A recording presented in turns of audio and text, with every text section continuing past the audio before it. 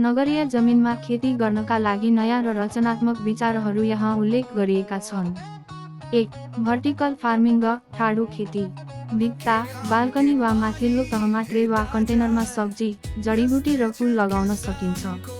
Hydroponics वा aeroponics प्रविधि प्रयोग गरेर पानी र खाद्य प्रबन्धन गर्न सकिन्छ। 2. हाइड्रोपोनिक्स र एरोपोनिक्स। माटो नभएको, पानी वा हावाबाट पोषण प्रदान गरिने प्रणालीले घरभित्रै पालक, लेट्युस, टमाटर आदि उत्पादन गर्न सकिन्छ। यसले ठाउँ र पानी बचत गर्छ। 3. Container gardening.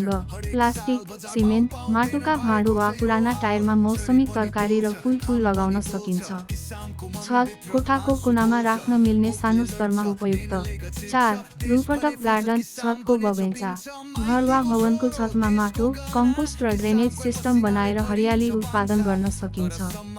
यसले घरको तापमान नियन्त्रण गर्न मद्दत गर्छ। 5. Community garden. सामुदायिक खाली ठाउँमा सामूहिक रूपमा खेती गर्ने, जसले सामाजिक सम्बन्ध पनि बढाउँछ। स्कुल, कलेज वा सार्वजनिक पार्कमा पनि योजना गर्न सकिन्छ। 6. माइक्रोग्रेन्स र स्प्राउट्स। घरभित्रै ट्रे वा जारमा अङ्कुरित अन्न, माइक्रोग्रेन्स, गोभी, रेडिस, मेथी उत्पादन गर्न सकिन्छ। यो पोषणले भरपूर र घटेरै समयमै तयार हुन्छ। 7.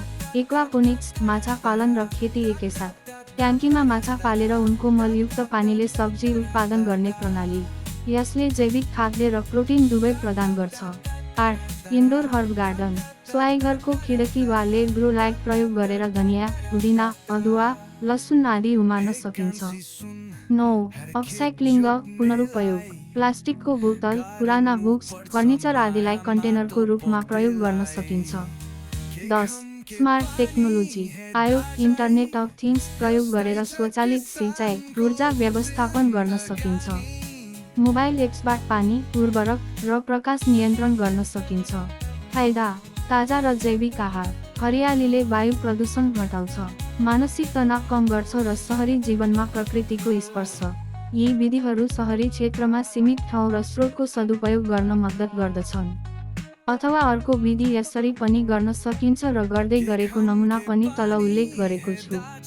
यहाँ नगरीय जमिनमा खेती गर्नका लागि अझ विस्तृत र पूर्ण रूपमा जानकारी उल्लेख गरिएको छ। 1. शहरी खेतीका प्रकार। छत खेती, रूफटप गार्डन। घरको छतमा गमला, ट्रे वा कन्टेनरमा माटो र कोकोपिटको मिश्रण प्रयोग गरी तरकारी, जडीबुटी र फूल उत्पादन गर्न सकिन्छ। यसले घरको तापमान नियन्त्रण गर्न मद्दत गर्छ। भर्टिकल फार्मिङ, भित्ता वा रेलिङमा ठाडो रूपमा संरचना बनाएर खेती गर्ने, जसले सीमित ठाउँमा धेरै उत्पादन गर्न सहयोग गर्छ। हाइड्रोपोनिक्स, एरोपोनिक्स, माटो नभएको प्रणाली जसमा पानी वा हावाबाट पोषण दिइन्छ।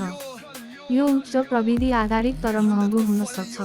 2. उपयुक्त स्थान र संरचना। छनौट, घरको छत, बाल्कनी, करेसा वा सानो आँगन जस्ता ठाउँहरू उपयुक्त छन्। संरचना: प्लास्टिकका बोतल, स्टाइरोफोम, गमला वा पुनरुपयोग गरिएका सामग्री प्रयोग गर्न सकिन्छ। 3. उत्पादन गर्न लायक बालीहरू। साना तरकारी, टमाटर, खिरा, मुला, प्याज, हरियो प्याज, पालक, लेट्युस आदि। मसला: धनिया, पुदिना, अदुवा, लसुन। फलफुल: स्ट्रबेरी, कागती, मौसमी फुलहरू। 4. आवश्यक सामग्री र प्रविधि। माटो र मल, जैविक मल, कम्पोस्ट, वर्मिकम्पोस्ट प्रयोग गर्न उपयुक्त। सिँचाइ: ड्रिप इरिगेसन वा हातले पानी दिने प्रणाली। प्रकाश: धूप नपुगेमा लेट ग्रो लाइट प्रयोग गर्न सकिन्छ। 5. लाभहरू। आर्थिक: ताजा तरकारी किन्न बचत, आयको अतिरिक्त स्रोत। स्वास्थ्य: जैविक उत्पादनले स्वास्थ्यमा फाइदा।